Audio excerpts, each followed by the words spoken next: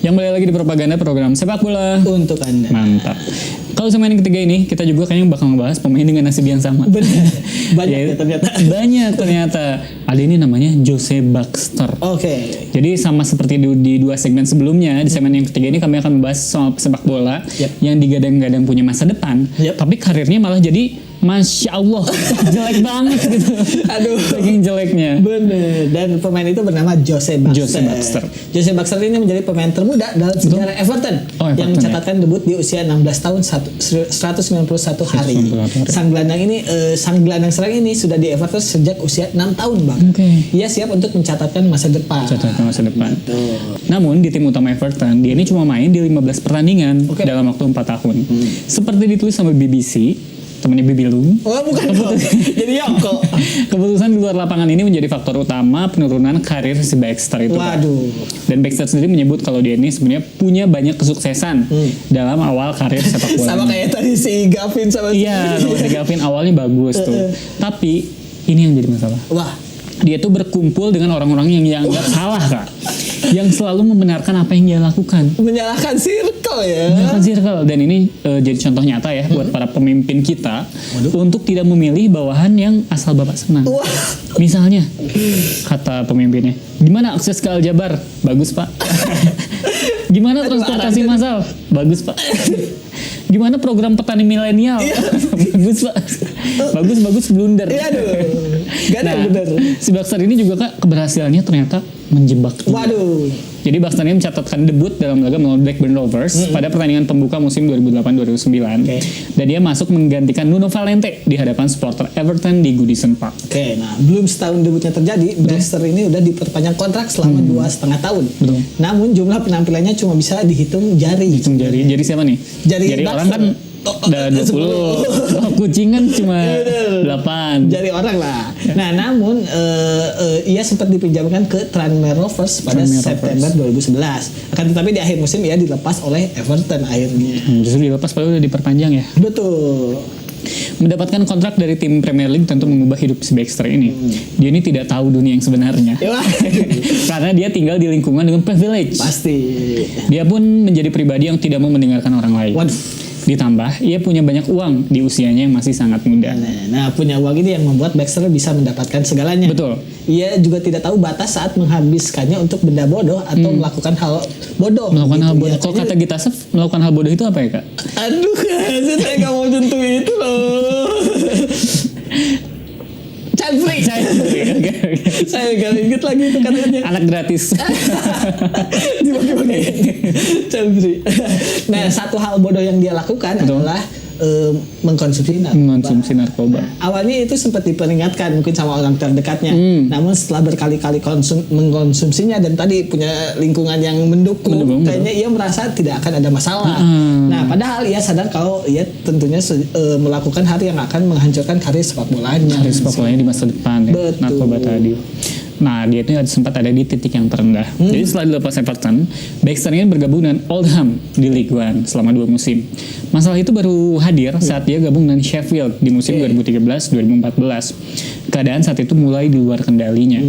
Puncaknya saat dia dihukum larangan bertanding selama 9 bulan karena penggunaan narkoba jenis ekstasi dan kokain pada 2015. Padahal penampilan bersama Sheffield ini relatif bagus karena dia tuh jadi pemain utama. Di sini pun sebenarnya ada pabrik narkoba, Kak. Apa tuh? Herosin. Bukan. Herosin itu bukan jenis narkoba aja. Tapi sama-sama warnanya putih gitu loh. Iya sih.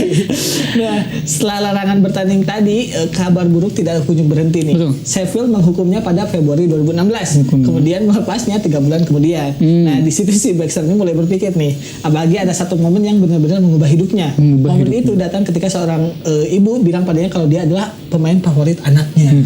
Nah, namun pemain favorit itu justru tidak bisa memberikan contoh yang baik. Jadi kayak dia tersentuh lah, ternyata masih ada yang mengidolakan dia gitu, tapi dianya sendiri ya tidak bisa memberikan yang terbaik gitu. Keren juga ya si Baxter ini ya.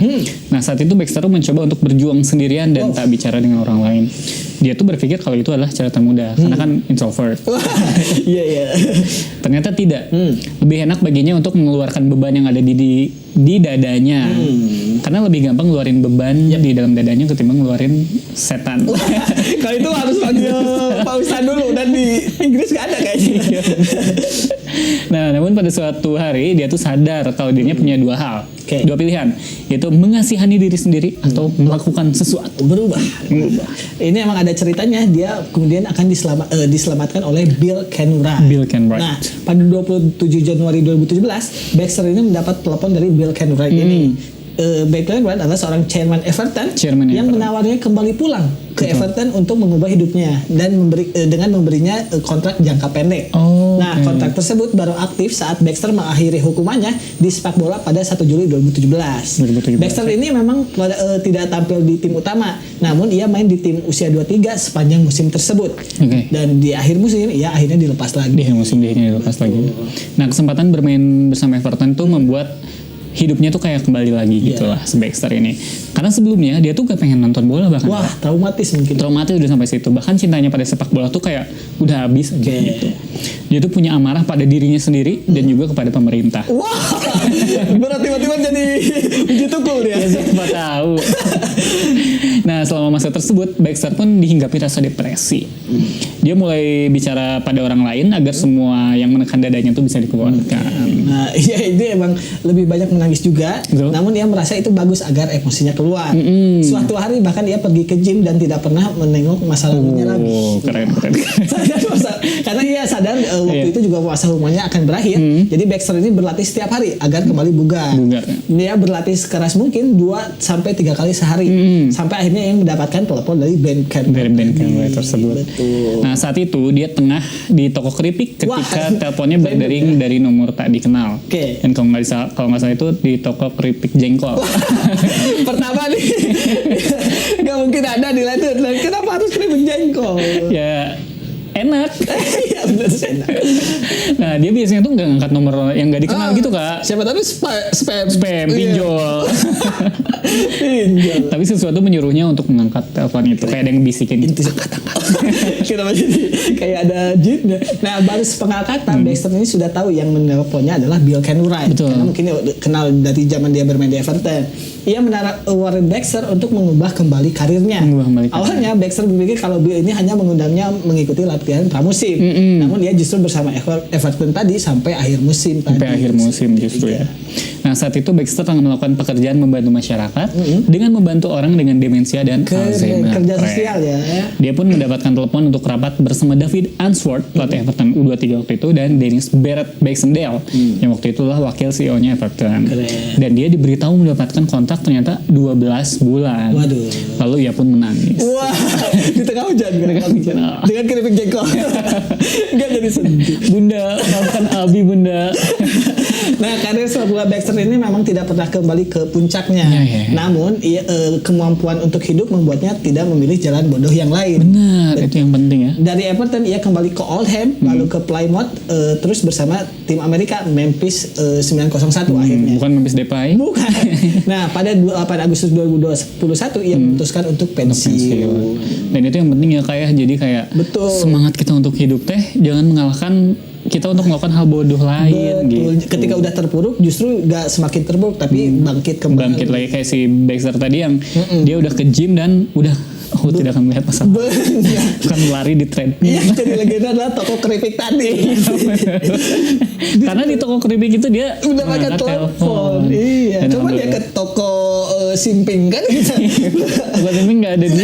Ini Everton apa di Sukabumi? Kenapa tiba-tiba ada Simping sama keripik ya? Iya benar kan, soalnya kalau toko dodol di Garut. Jauh ya si Baxter ya aja. Nah, itu tadi kayak bahasan kita. Dan uniknya episode ini soal pemain-pemain yang awalnya bagus, jadi kurang gitu. Kalau menurut Adika yang mana yang paling menarik, Kak? Kalau saya sih tadi cerita yang berkesan tentu si Baxter ya. Baxter, karena yang baru masih inget. Enggak, kadang si Gavin sama si satu lagi lupa kan? Sama. Bukan. John. Bostock. Ya, itu tuh mereka juga pada akhirnya ya gitu-gitu aja hidupnya. sorry saya jadi penasaran, si John itu kan maksudnya JOHN kan? Oh si bos itu kok John ya? Saya juga mempertanyakan Kenapa ya? Kenapa John bukan John? Aneh banget. Tapi ya itu tadi sebenarnya kalau dari pemain yang karirnya biasa-biasa aja, betul, tapi awalnya bersinar, sebenarnya yang dikenang adalah justru perjuangannya untuk kembali lagi. Jadi ya si Baxter ini salah satu yang menginspirasi lah. Menginspirasi kita semua.